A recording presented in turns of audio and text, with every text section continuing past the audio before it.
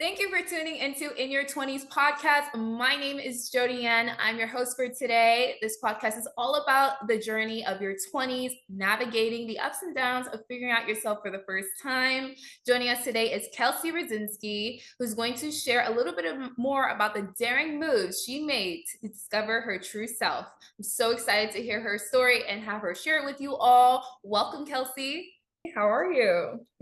Hi, thank you for having me. I'm really good. Awesome. Did you do anything nice today? Any cool things? I went for a walk this morning in the park and I have my own business, so I've just been doing business work, admin stuff today. Gotcha. Totally understand. Well, thank you so much for joining me on this podcast. I had the opportunity to connect with you and hear a little bit about your story from being a nurse to getting that one-way ticket to St. Thomas and finding yourself through travel, and now you're doing breath work. I would love to hear your story and just share a little bit about what went through your mind through your 20s and also how you got to where you are today. So, I guess we can start off with tell me a little bit about how you were at 18. Kelsey, fresh out of high school and figuring out her own self. Yeah. At 18, I was a bit of a wild child. Um, I would say that my priorities were socializing. Um, I was very involved in high school, so I wasn't somebody that was, like, super excited about college. I knew that a lot of my friends would, like, go visit schools on the weekends and be, like, learning about different schools and what college was. Meanwhile, I had a boyfriend who was younger than me, so I was, like, really into high school. So when I started college, I was kind of just floating by. I didn't have a major. I didn't know what I wanted to do. And I initially went to college in New Hampshire Mhm, um, because I had just applied to a couple schools, got into them, and was like, whatever, I'll just go here. mhm. So I feel like at 18, I was kind of letting life happen to me. I was just rolling with what was there. And then 2 years into college, I transferred schools. I had decided after coming down with an illness myself and winding up in the hospital, I Mhm. had a nurse that was taking care of me at that time that just really inspired me and clicked something in my head of like, I wanna be a nurse. So, the school that I was going to, Keene State, at the time did not have a nursing program, so then I started looking at other schools and just applying to different schools with nursing programs and happened to get into the University of South Carolina, Nice. which yeah, for a girl who grew up in the North to Yeah. see, to look at the website for South Carolina and there's, like, beach volleyball and Yep. pools, and I'm like, "This looks like a vacation resort." Mhm. So, I made the decision to transfer schools and had never been to the state of South Carolina before, and yeah, I think looking back, one of the beautiful things about being young is the naivety, right? Not knowing and just trusting. Um, So tell me, that journey is amazing. You were inspired by someone who was taking care of you to pursue nursing, and that even led you to make that own path of moving to a different state, pursuing nursing, which even transitioned forward. Now, for 18-year-old, well, you said 2 years, so 20-year-old you, who was mhm. still in New Hampshire, not knowing what major to do, being on campus, taking classes, but still having no direction. What was that turning point? I know the illness was something, but Yeah. in the midst of that time period, how did you get out of that mindset? Why didn't you think to drop out? What was your thought process in that time? Hmm. If you can go Uh, back. I know some yeah, time I'm ago. like, that's a great question. I don't know. I think there was this inner fire of determination. I am a determined person that, like, okay, if I'm going to start something, I'm going to finish it. And so I don't think, yeah, dropping out was ever something that I considered, but I knew that I didn't really have direction. Mm, And at the time, I wasn't really taking care of myself. I was doing the opposite of taking care of right. myself. And Which is common. totally, Yeah, yeah. totally common. Yeah. Um, And yeah, I wish I knew what clicked for me. I mean, in many ways, I think, the universe will, things will happen that Mhm. cause you to just make a pivot. And for me, it was that illness. Like I said, I ended up in the hospital and actually had to like miss the last 3 weeks of a semester, which, in college, that's Yeah. that's a long time, and missing finals and having that time at home, I think forced me to have the space to kind of stop, take a second, and evaluate, what am I doing? Like, Mm, what am I working towards? How am I spending my time? Not that I had the awareness back right. then to like ask those questions, but I think internally that is what was happening, because then I had this new project of like getting back onto college search boards and, Mm. putting in the different filters of things that I was looking for and using what I knew I didn't like about where I currently was to try to create a life that felt better for me. Amazing, amazing. And that is so true when you mentioned how stopping makes all the world of a difference. Some people, it was 2020 where they had that time where they were forced to stop, or they made that pivot in their life where they did the isolation, they had that pause. And, I spoke to somebody yesterday who said the same thing. That isolation period really transitions you into that next path of who you are. Now, when you mentioned, you were determined, dropping out was never a question for you, that was not anything in your plan. What was your version of success at that age? How did you view success? Was it, the big Lambo, the big house on the hills? Was it happy family? Was it being able to travel or afford your bills and not worry about it? What was your version of success at that age? Because I feel sometimes, even when I was 18, I was like, well, I want the big house. I want the big car. And as I got older, I was like, I just want a great community. So how did that start to pivot, maybe when you started to go into nursing school or, figure out yourself as you got a bit older? Yeah, at that time, success for me was all of it. Yeah, being able to travel. A success at that time to me was like having a hot boyfriend Yeah. and right, like that was like Yes. that's all that mattered. That was Yeah. what was important, and like I won the lottery. Hmm. Um, but yeah, I think some version of all of it. I think, and I'm 34 now, so when I was 18, and in those younger years is before social media was the way that it is Yeah. now.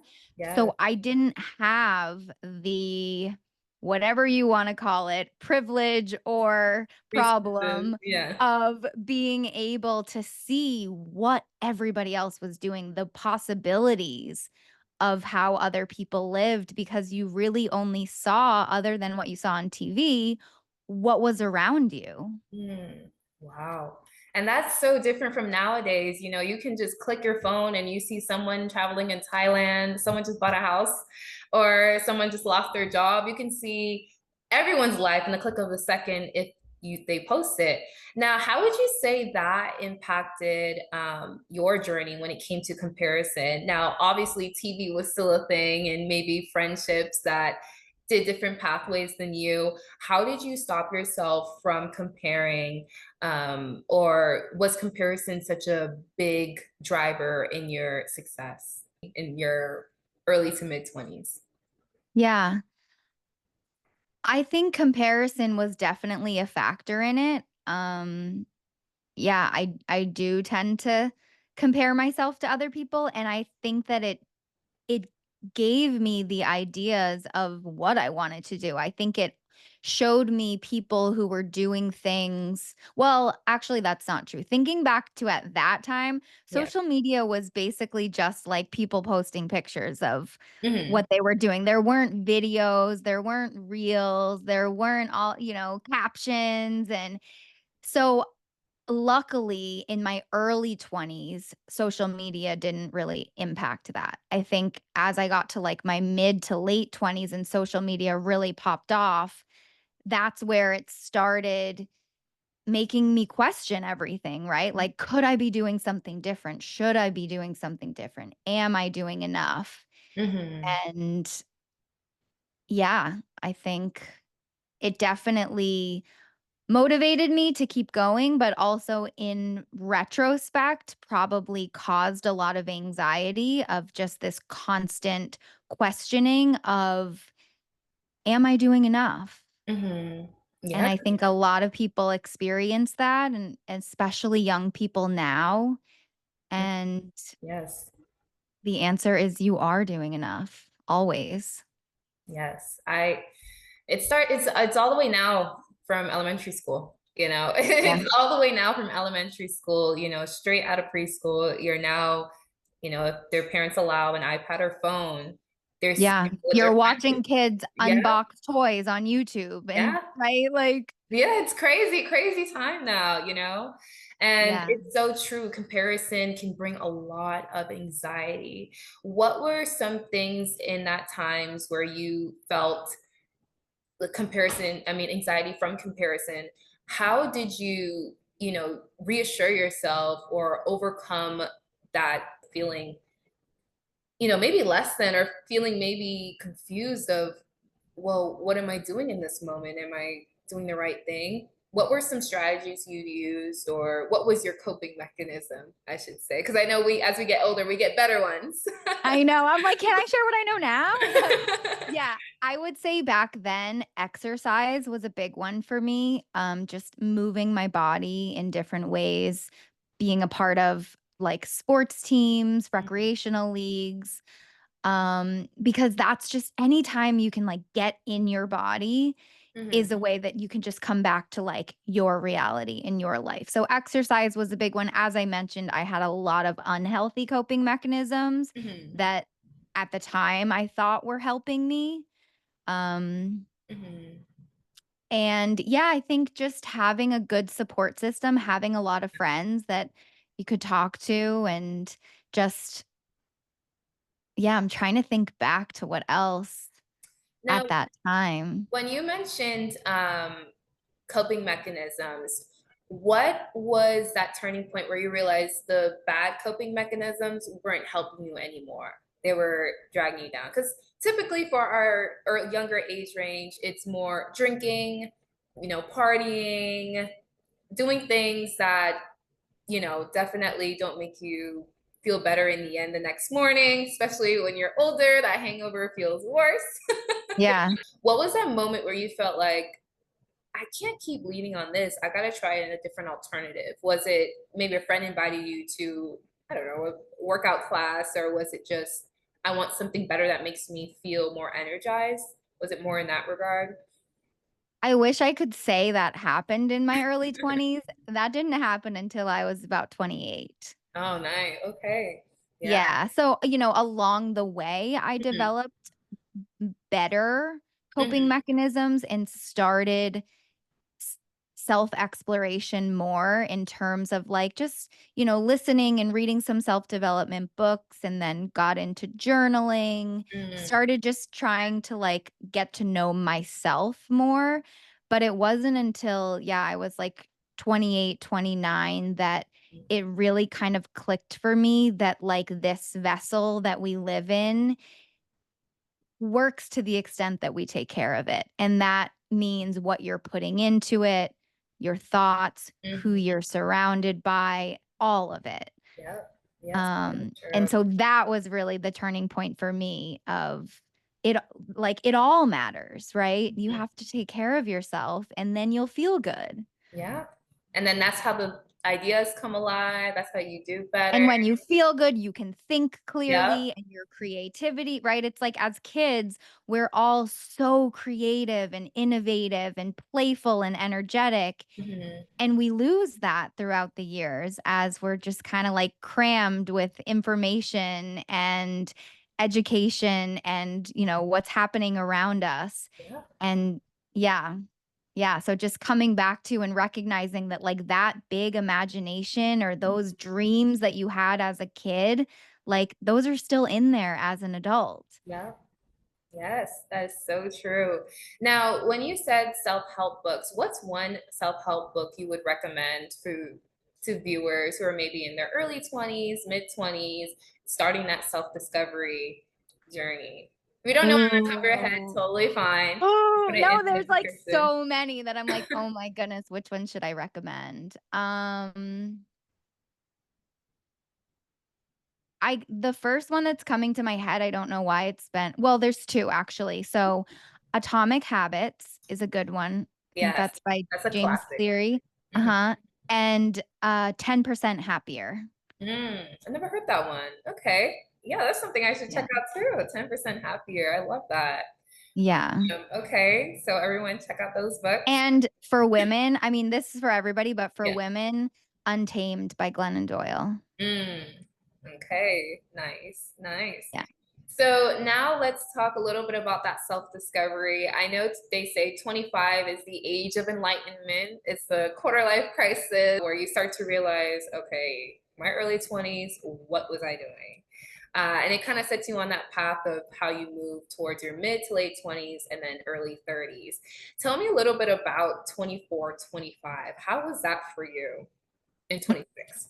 Yeah, that was a really fun time of my life. Those were like some of my best years. So I graduated from nursing school and I moved back to Boston. Mhm. And it was that first glimpse of, what was packaged as like early adulthood. Like I was working and making money, living in the city with roommates and, going out and going to work and Mhm. exploring the city.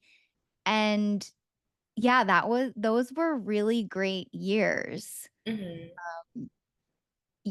I think we're often sort of presented with this path that we're supposed to go on, right? Like you go to school, you go to college, you get a job, you fall in love, you get married, you have blah, blah, blah, blah, right? And Yes. for me, like I didn't want to just be on, I have a friend who calls it like the moving sidewalk, right? Like we're just on that moving sidewalk of life going through. Yeah.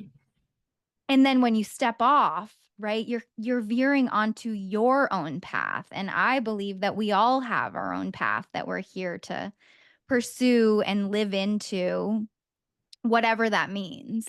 And so for me, I feel like 24 to 26, I was on the moving sidewalk. Around that time, I got really involved in the sport of ninja. So I was Oh, like, yeah, I actually, fun fact for your listeners, I was on the TV show American Ninja Warrior. Get Out. Yeah. What season? Season 9 in Cleveland, Ohio. So Awesome. check it out. Yeah. Yeah, so, my social life was really full. I was working as a nurse and had that first experience of like, I get a paycheck, I have health insurance, like Yeah. I'm an adult. The So those ninja. years, yeah, those years were really fun. I think for me, that typical 25-year questioning happened around like 28 for me, Okay. 28, 29, of just that, what some people call a quarter life crisis of just like evaluation Yeah. of kind of taking stock of my life, myself, my health, my Mhm. relationships, and wondering, am I fulfilled? And for me, that answer was no. Even after So all of that, I know, it was things like I had a still. great life. Yeah, but there was I just, like I said, everybody's different, and for me, I've just always had this hunger to explore the world and to see what's out there and what really lights me up, and so that's where the one-way ticket to St. Thomas came in. Oh, amazing. So before we get there, because I'm a traveler, so Yeah, yeah, I'm yeah. excited to hear that. I wanted Yeah. to hear a little bit between 24 and 26, this ninja, you're a nurse, you are killing it in the eyes of everyone else on the outside. What was the greatest lesson or maybe the best hack, life tip, or something you learned through that age range of walking in that step of the model life and being a young adult living like friends, living that lifestyle that's always advertised? What was the best moment or best thing you learned through that time? I would say the biggest takeaway that I learned from that time is to go after what you want. Mm, To ask for what you want, to not be afraid to put yourself out there, to apply for the part-time job, which for me was at a ninja gym that I didn't even know what that was, mhm, right? I was like, "I like going to the gym. Why don't I get a free membership instead of paying for one?" And then my whole world opened up into this thing that I didn't even know existed before. So, and I experienced things like that in different aspects of life just by feeling brave enough to do the thing, to send the email, reach out to the person, walk into somewhere and introduce myself because you never know what will happen when you make certain connections mhm. or when you ask for what you want, even if it feels like it's out of your comfort zone. So what made you ask that question? Because there's old you who is just like, don't do it. And then there's future you that says, do it. What made you get to that point of saying, okay, fine, I'm gonna do it? It just close an eyes moment and just speak it out and see what happens? Or was it a pre-planned, pre-exercise motion and then eventually executing it? I think at that time for me, as I mentioned, I was like very into exercising. So physically, I was like really strong Mhm, and like really confident. And I think that carried over into mentally how I felt. I had this confidence and around that time, I think, you know, consciousness and awareness kind of started to click in of like, oh, like life is happening now, mhm, like, this is my life. I'm alive. So what do I wanna do? mhm, Whereas when you're younger and you're a kid, you don't really think of those things. You just think of what's happening, in this moment right around you. So mhm, I think, yeah, the combination of feeling confident in myself because I felt physically really capable and strong, and also just recognizing at some point that, like, I am the one creating this life and living this life. mhm. Wow. Yes. That's amazing. That is so amazing. And I'm glad you took that step because now here you are today and you have made some also daring moves, such as the one-way ticket to St. Thomas. I've been dying to hear this because there's been moments where I felt like doing that, but I'm like, oh no, solo traveling as a woman, solo traveling in general, that's really scary, especially when you have everyone in your family telling you, look at what happens in the world, which is very true, you know, Mhm, very, mhm. very true. And you have Very to be true. cautious. Uh, Mhm. but you still took that leap. I What did. what Yeah. I feel please. bad. My parents had a lot of sleepless nights Yep. because of me. Yeah. You know, solo traveling changed my life. Mhm, My first ever solo travel trip is like, I think what really changed everything in me. I went to Costa Rica for a month mhm, and it it it lined up in life that I could do this, right? I had at that point I had taken a job as a school nurse, so I was working as a middle school nurse. And when I took that job, I kind of made this promise to myself, like if I take this job because it's a pay cut from working in the hospital and it's kind of boring, but you get summers off. So I'm like, if I'm taking a job that gives me 2.5 months off every year, I'm going to make the most of that time and I'm going to travel every year. And as that first school year was coming to an end, and I was like, am I doing this? Like, and that was the first time that I realized when it comes to travel, I mean, aside from like having the money, all Mhm. you got to do is click some buttons and book the trip. And then you're like, whoa, I'm this is here, man. happening. Like, I'm going now, figuring out the details and the rest and like everything of the trip will come together. But it's like, all you have to do is book that flight and then it's real. Like, it's happening. Yep. Oh, So, yeah, that was my first experience with traveling alone. And like you said, you do have to be careful, and it is dangerous. And everywhere in the world is dangerous, right? To be honest, I have felt much more unsafe walking alone at night in Boston than I have in Costa Rica. mm, So recognizing that if we always have to have this hypervigilance and make smart decisions, mhm. we always will. That doesn't change. It actually heightens when you go somewhere else, right? Like, I wasn't there to go out and go to the bars at night. I didn't go out after dark. Yeah. But during the day, I would get to explore and stay in hostels and meet other travelers Mm, and make friends who were also there alone and go on adventures with them and recognize, like, whoa, I'm with this girl from Switzerland and this girl from the Netherlands, and we just spent the whole day together and yeah. learned so much about each other and how different our countries are, and yet like we get along so well and we have Yep. so much in common. And, like, that it's just so cool. You recognize that in America, like, we're kind of all the same. Yeah.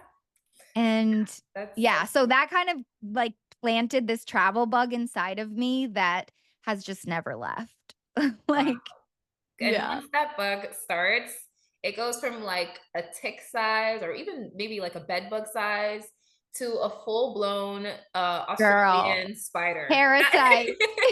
It Yes. literally gets so big because once you just like the hostels, you meet one person, they're like talking about Sweden. You're like, okay, well, I gotta go visit They're like, "Come Sweden. visit me. You can Yeah. stay with me." And you're like, "Okay." And then it just repeats this process, and you might be watching a show. And, for me, I watch Crazy Rich Asians, and I just love the wedding scene, and I love Singapore. And I was like, I gotta go. So I called my friend. I was like, hey, would you be down to go? Obviously, it was pre planned and everything. And then we ended up in Singapore, and they were like, how did you guys end up here? We're like, we saw Crazy Rich Asians. So I love it's it. definitely, I totally agree with the whole traveling.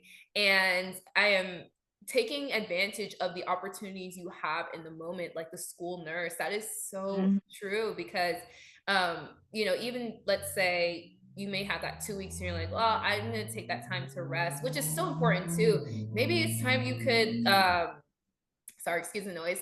Probably it's time you can, travel or maybe try a new hobby or do something you've always had on the back burner. So I totally agree about, putting yourself out there, being safe, being cautious, hyper vigilant, and a few other things you mentioned. And I love that, being bold, being courageous. So tell me a little bit about how you said, you know what, we're going all in.